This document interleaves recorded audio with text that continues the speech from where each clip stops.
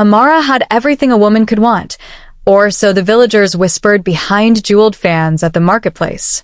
Her husband, Chief Okonkwo, was the wealthiest palm wine trader in 3 territories. Their compound sat on the highest hill, white walls gleaming like polished ivory, servants moving through corridors as silent as shadows. She wore coral beads that clicked softly with each step, her wrapper made from the finest osso oak cloth that merchants brought from distant lands. But wealth, Amara had learned, could not buy loyalty. And walls, no matter how high, could not contain secrets forever.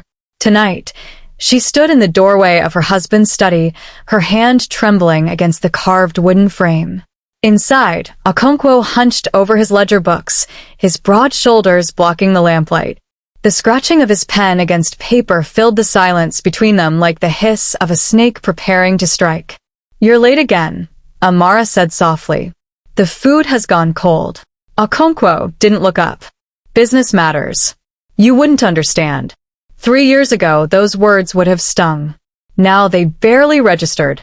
Amara had grown accustomed to the distance, the way her husband's eyes slid past her as if she were merely another piece of furniture in his elaborate home. What she hadn't grown accustomed to was the fear that had begun to creep into her bones like morning fog. "Your mother came by today," Amara continued, stepping into the room. "She asked why we haven't given her grandchildren yet." This time, Okonkwo's pen stopped. He set it down carefully, too carefully, and finally turned to face her.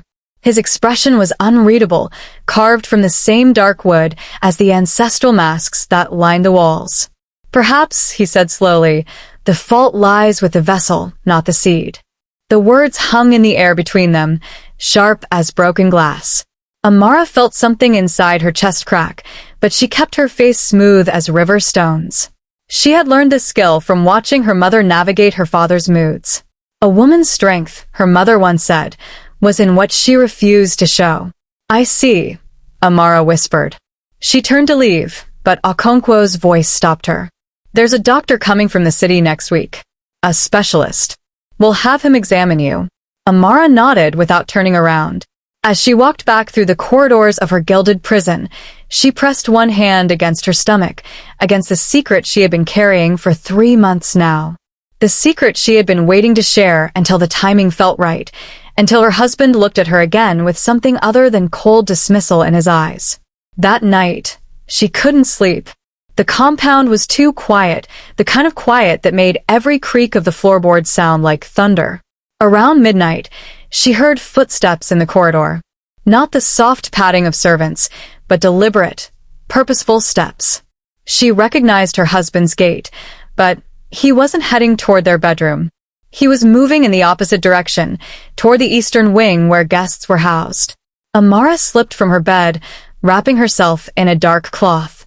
She followed the sound of footsteps, keeping to the shadows. The eastern wing was supposed to be empty. They hadn't entertained guests in months. But light spilled from beneath one of the doors, and she heard voices. Low, conspiratorial. She pressed herself against the wall and listened. "The arrangements are complete," a woman's voice said. Amara's blood went cold. She recognized that voice. Chioma, her husband's cousin, a widow who had moved into the compound 6 months ago after her own husband's death. A woman Amara had welcomed with open arms, shared meals with, confided in. "Good," Okonkwo replied. "The poison is untraceable?" The doctor confirmed it. "Slow acting. She'll sicken gradually over the next few weeks. Everyone will think it's a wasting disease. By the time she's gone, you'll be free to marry properly. To marry someone who can give you sons."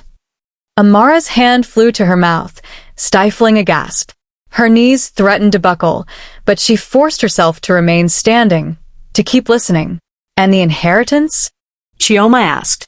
"Already transferred into accounts she can't access. When she dies, it all becomes mine officially. No complications. Her family is poor, they won't contest anything. They'll be too grateful for whatever scraps we throw them." Laughter, soft and cruel, drifted through the door. Amara backed away slowly, carefully, until she reached the main corridor.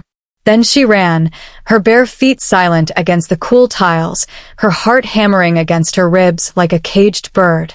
She locked herself in the bathroom and vomited until there was nothing left but bile and betrayal. When she finally looked up at her reflection in the mirror, she barely recognized the woman staring back at her. The coral beads at her throat suddenly felt like a noose. The fine clothes like a burial shroud. For 3 years, she had been slowly disappearing inside this house, inside this marriage. She had made herself smaller, quieter, more accommodating, thinking that if she could just be better, be enough, her husband would love her again the way he had when they first married. But he had never loved her.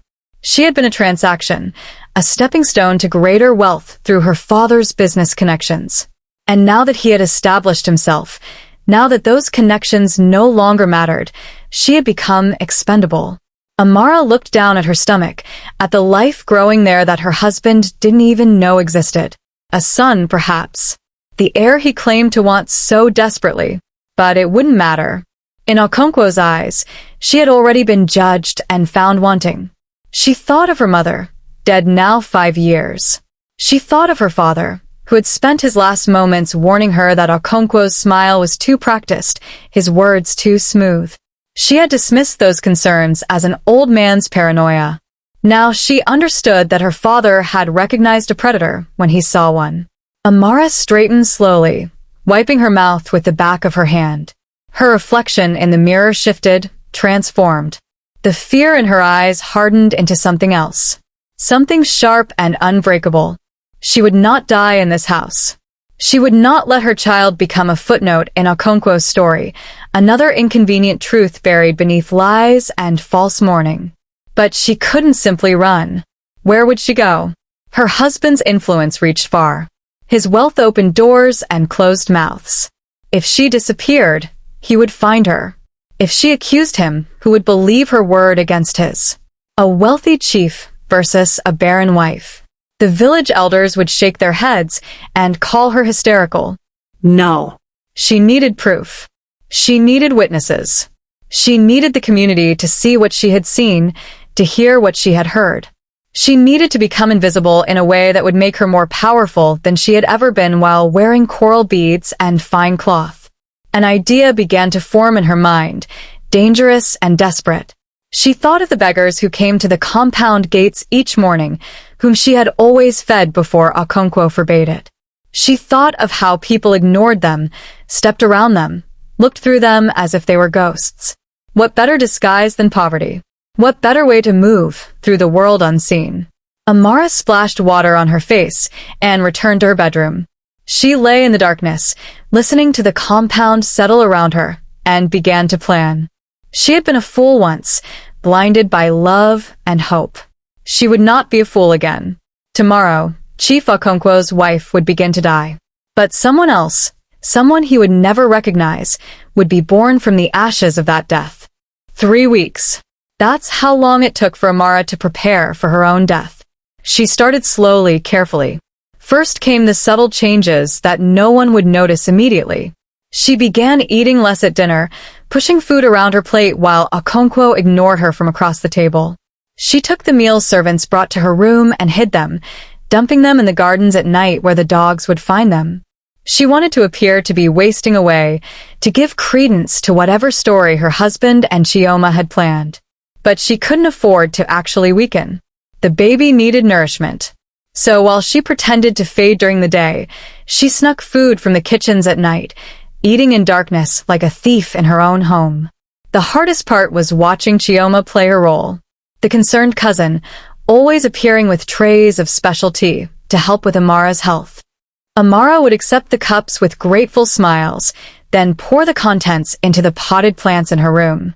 Within days, those plants began to wither and die. She kept the dead plants as evidence, wrapping them carefully and hiding them beneath the floorboards.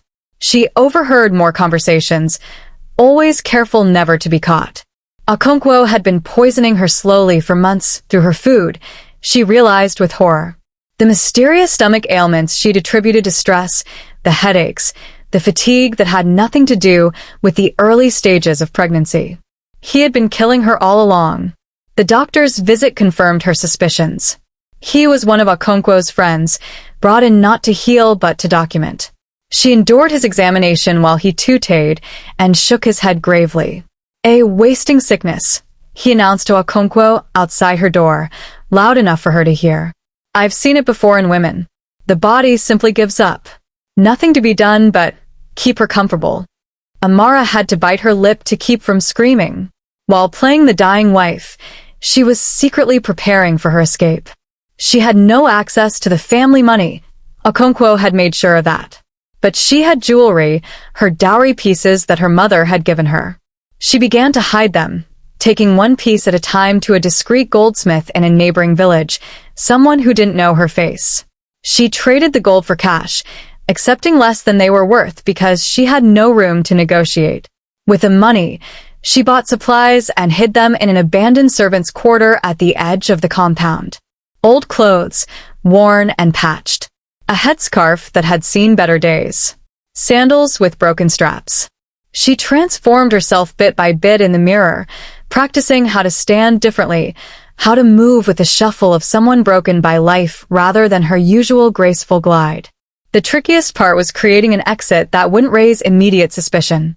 She needed time, at least a few days before anyone started looking for her seriously. She needed to disappear in a way that would make sense. The answer came during one of the compound's monthly market days. Merchants and traders flooded the gates, creating chaos and noise. Okonkwo would be occupied all day with business. The servants would be distracted. It was her window. On the chosen morning, Amara woke before dawn. She dressed in her usual fine clothes one last time, looking at herself in the mirror. The coral beads at her throat caught the lamplight. She removed them slowly, each click as they fell into her jewelry box sounding like goodbye. She left a note on her bed, carefully worded. "I cannot bear this sickness any longer.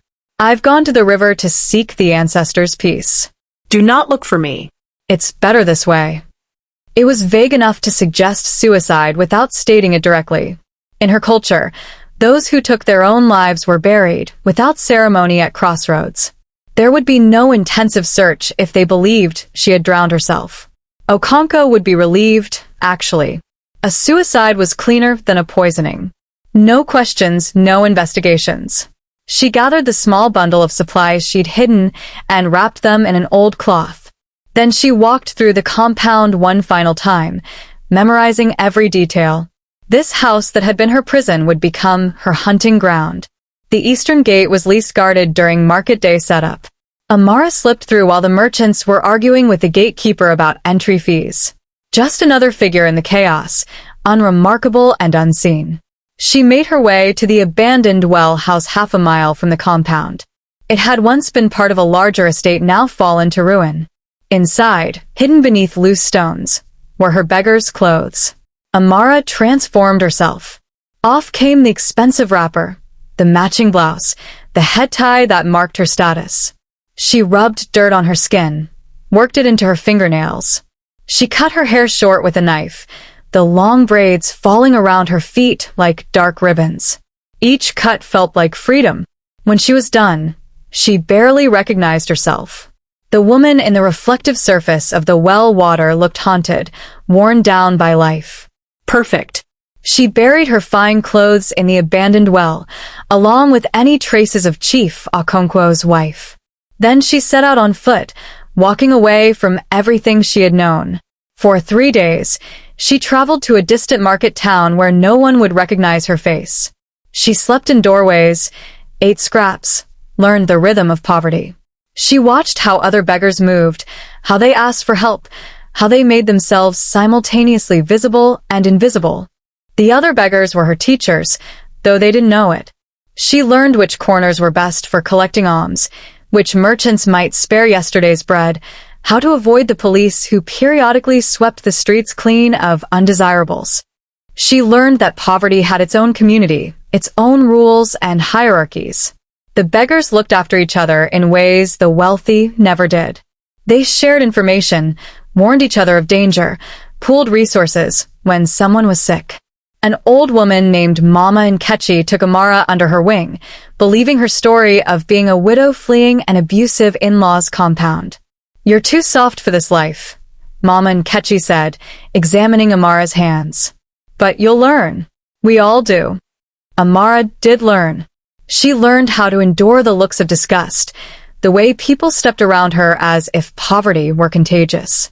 She learned the art of making herself small, forgettable.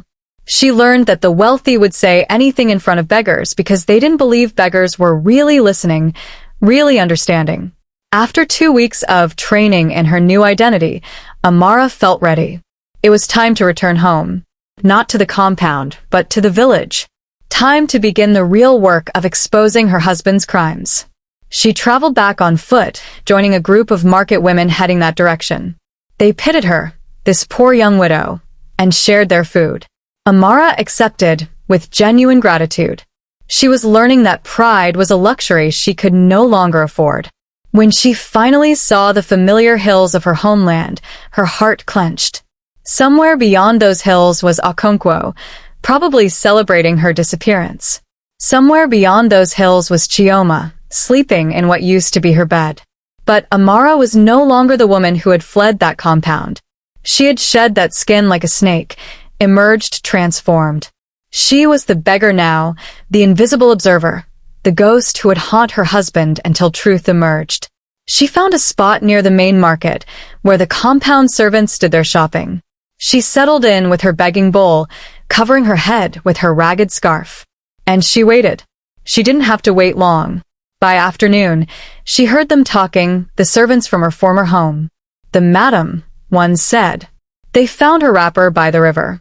The chief says she drowned herself." "Shame," another replied. "But she was sick anyway. Probably better this way." "Better for him, you mean?" a third voice added, lower. "Did you see how quickly Cousin Chioma moved into the main house?" "Hush. You want to lose your position?"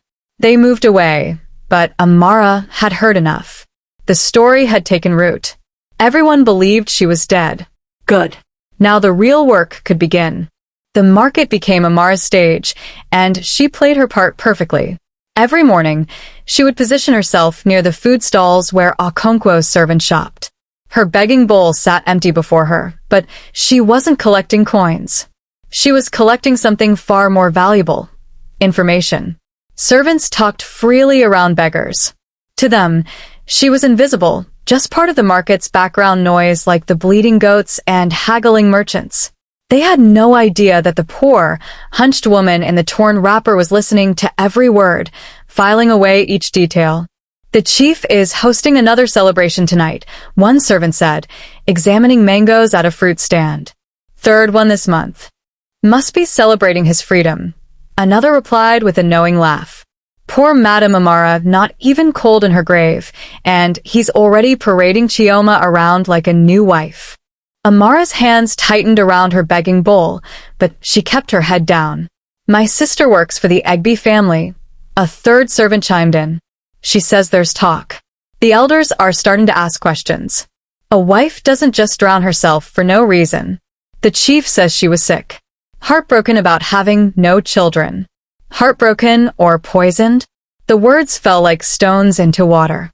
Amara's breath caught. "Mind your tongue. That's dangerous talk. I'm just saying what others whisper. Her body was never found, was it? Just a wrapper. Convenient." They moved on, their voices fading, but Amara's mind raced. Someone suspected. The seed of doubt had been planted. She needed to water it, carefully, patiently. Over the following weeks, Amara became a fixture in the market. She learned the rhythms of her old compound from the outside, tracking movements and visitors through servant gossip. She learned that Okonkwo had indeed transferred all assets into his name alone. She learned that Chioma now wore Amara's coral beads, slept in her bed, entertained guests in her receiving room. But she also learned that not everyone had accepted the official story. Mama Nkechi, her fellow beggar, had connections throughout the village despite her poverty. Through her, Amara met others who existed in the shadows. Former servants dismissed by Okonkwo for knowing too much, traders he had cheated, families he had destroyed in his climb to power. "Your husband," Mom and Ketchy said one evening as they shared a meager meal behind the market stalls, "he is not a good man. Many know this. But knowing and proving are different things." "What if there was proof?" Amara asked carefully. The old woman's shrewd eyes studied her. "You're not just a widow running from trouble, are you, child?" Amara hesitated, then slowly removed her headscarf. "Mama," Nkechi gasped. "Madam Amara? But they said you were." Dead. "I know. And I need to stay dead until the right moment."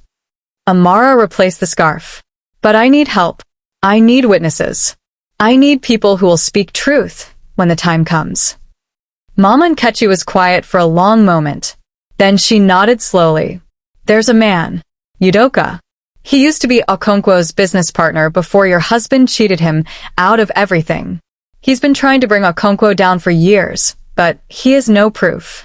Where can I find him?" That night, Amara met Udoka in a palm wine bar on the edge of town. He was a shell of a man, worn down by bitterness and poverty. But when she revealed who she was, fire rekindled in his eyes. "He killed you," Udoka whispered. "Or tried to." He thinks he did. "But I'm very much alive, and I have evidence." She told him about the poison plants still hidden beneath her former bedroom floor, about the conversations she'd overheard, about the doctor who had falsely diagnosed her. "We need more," Udoka said. "The elders won't act on the word of a supposedly dead woman and a disgraced business partner. We need Chioma to confess. We need Okonkwo to reveal himself." "I have a plan for that," Amara said. "But I need time, and I need people I can trust." Over the next month, they built their case quietly. Udoka used his remaining connections to investigate Okonkwo's finances, uncovering a trail of fraud and theft. A brave former housegirl came forward, willing to testify that she'd seen Chioma adding powder to Amara's food.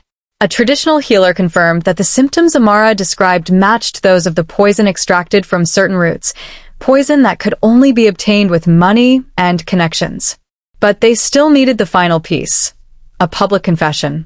Amara's opportunity came during the annual Harvest Festival, when the entire village gathered for 3 days of celebration.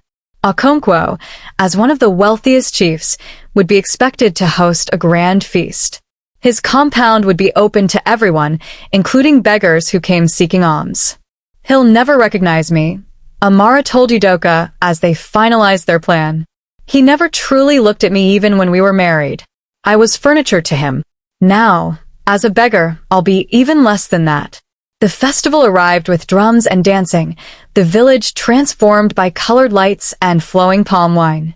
Amara joined the throng of beggars who made their way to Okonkwo's compound, her heart pounding as she passed through the gates she had fled months before. The compound looked different, gaudier. Chioma's influence, no doubt. More gold, less taste. Amara shuffled through the crowds, her begging bowl extended, her eyes and ears open. Okonkwo held court in the main hall, Chioma at his side, wearing those coral beads. Amara's coral beads. The sight made her stomach turn, but she forced herself to remain calm. Revenge was a dish best served cold, her mother used to say. Tonight it would be ice. She positioned herself near the kitchen entrance, where servants hurried back and forth with trays of food and drink. Close enough to hear, far enough to remain unnoticed. "The elders are still asking questions," she heard Chioma hiss at Okonkwo during a quiet moment. "Elder Adeyemi mentioned Amara again today. He says the circumstances were suspicious." "Let him ask," Okonkwo replied, his voice thick with palm wine and arrogance. "What can he prove?" "She's dead." "We made sure of it. But her body was never found. Because she drowned. The river took her. It's not our fault the ancestors claimed her before we could finish the job properly." Amara's blood went cold. There it was. The admission. But she needed more. She needed witnesses. She caught Udoka's eye across the courtyard. He nodded and set their plan in motion. Slowly, carefully, he had positioned trusted people throughout the compound.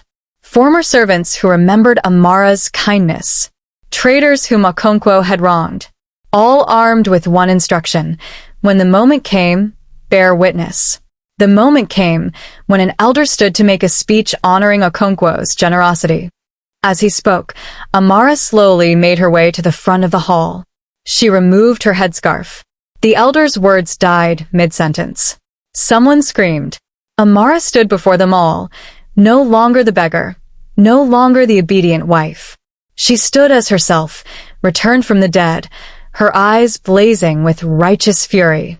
"Hello, husband," she said clearly, her voice carrying across the suddenly silent hall.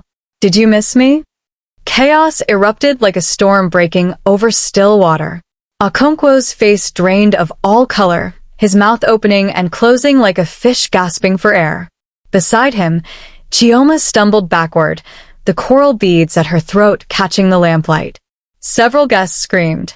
Others fell to their knees, believing they were seeing a ghost. "Impossible," Okonkwo finally whispered. "You're dead." "You drowned." He stopped himself, but the damage was done. Elder Adeyemi, the oldest and most respected member of the village council, stepped forward. His weathered face was grave as he looked from Amara to Okonkwo. "We?" "That's an interesting choice of words, Chief Okonkwo." "Who is we?" I only meant, Okonkwo stammered, his usual smooth confidence evaporating. "You meant that you thought you had killed me," Amara finished for him. She walked further into the hall, and the crowd parted before her like water. "You and your dear cousin Chioma. The woman who wears my jewelry, sleeps in my bed, and helped you poison my food."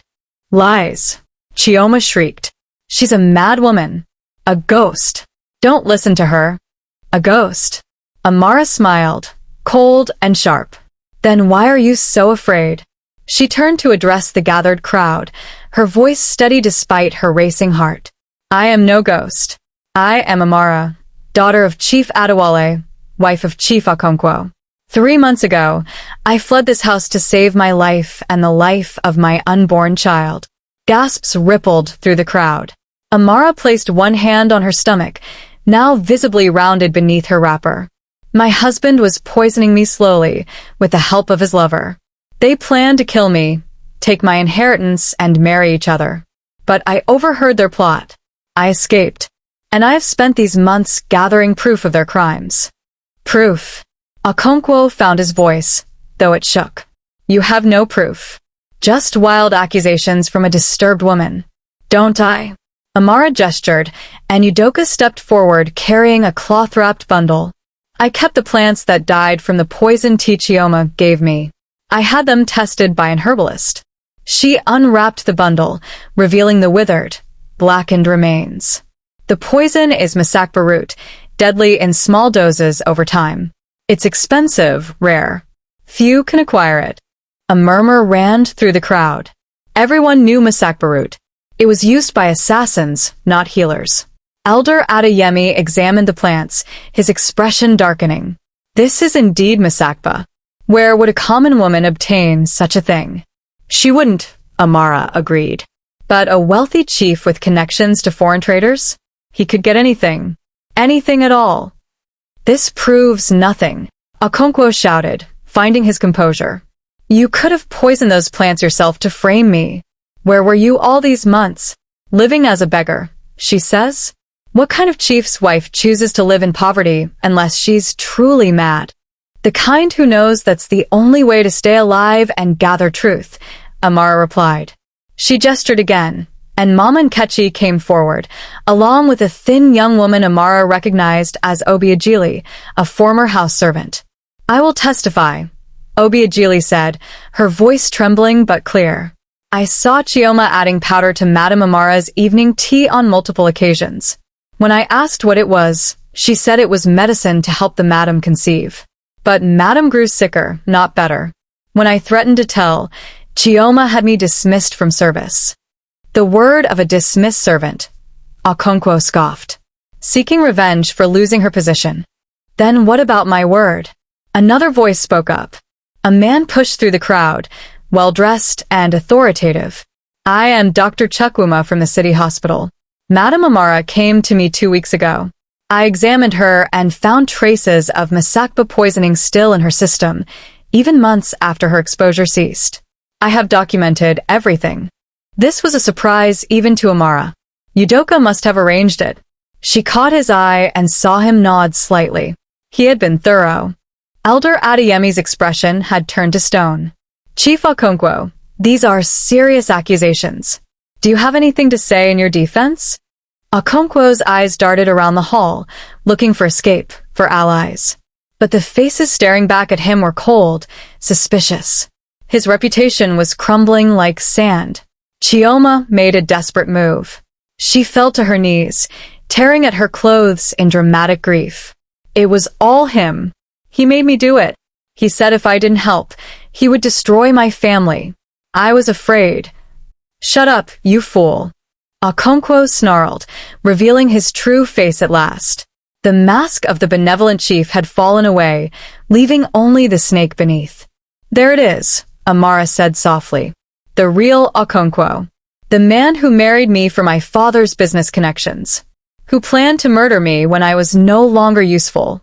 Who has cheated, stolen, and destroyed anyone who stood in his way. Udoka stepped forward then, carrying a folder. I have documents. Financial records showing how Chief Okonkwo systematically stole from his business partners, including myself. How he used his wife's dowry and inheritance to fund his expansion, then hid it all in accounts she couldn't access. How he bribed officials, falsified documents, and ruined families. I have something too, Elder Adeyemi said quietly. He reached into his robes and produced a letter. This arrived for me 3 days ago, but I waited to see if its claims were true.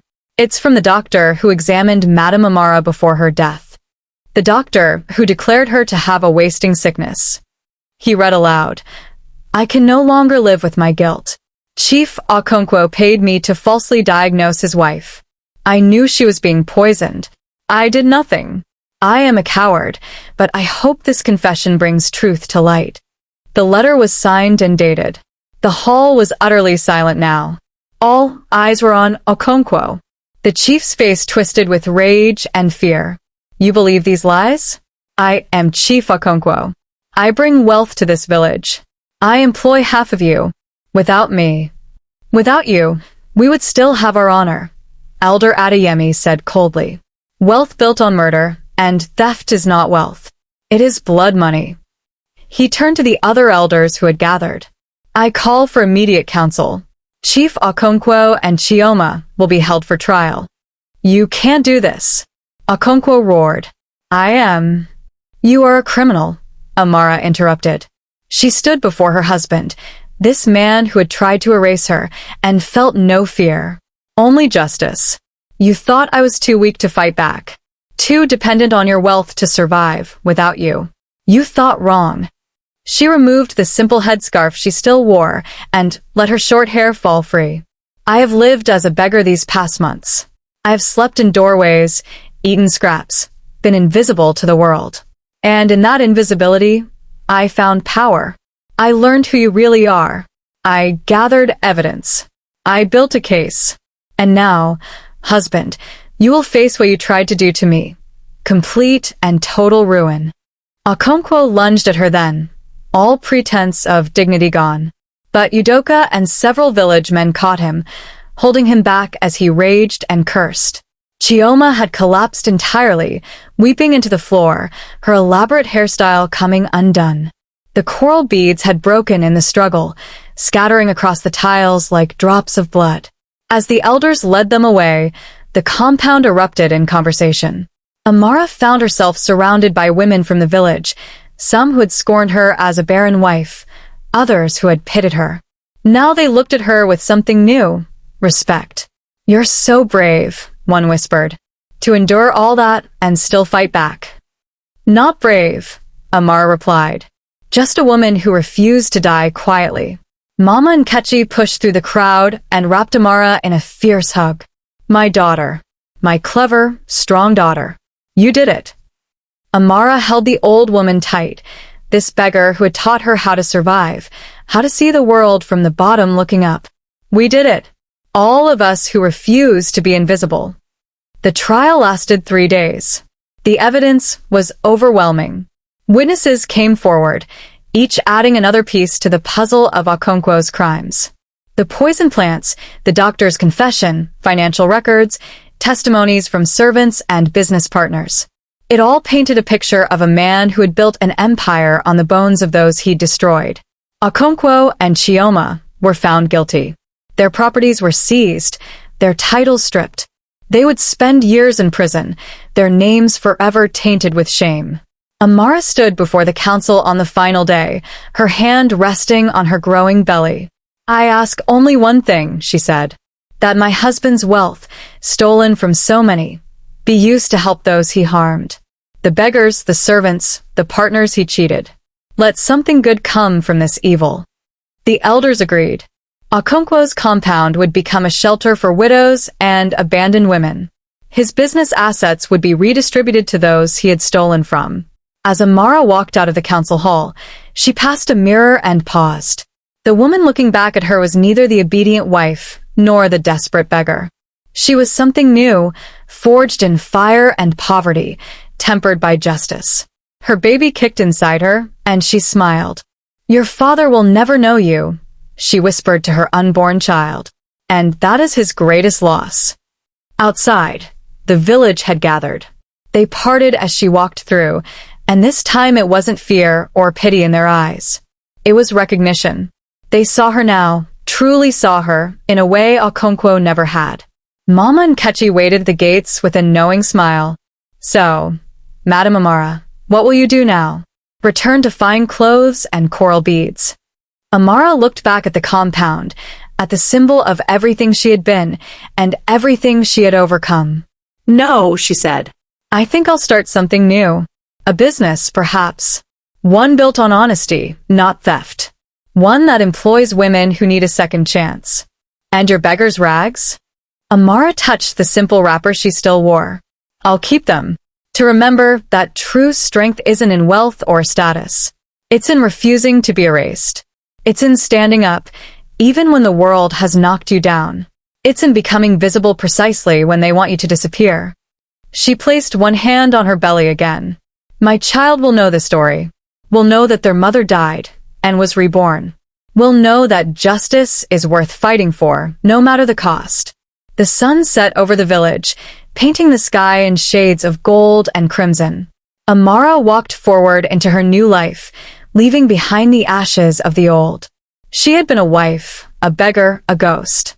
Now she was simply herself, a woman who had stolen back her own story. And that, she thought, was the greatest victory of all.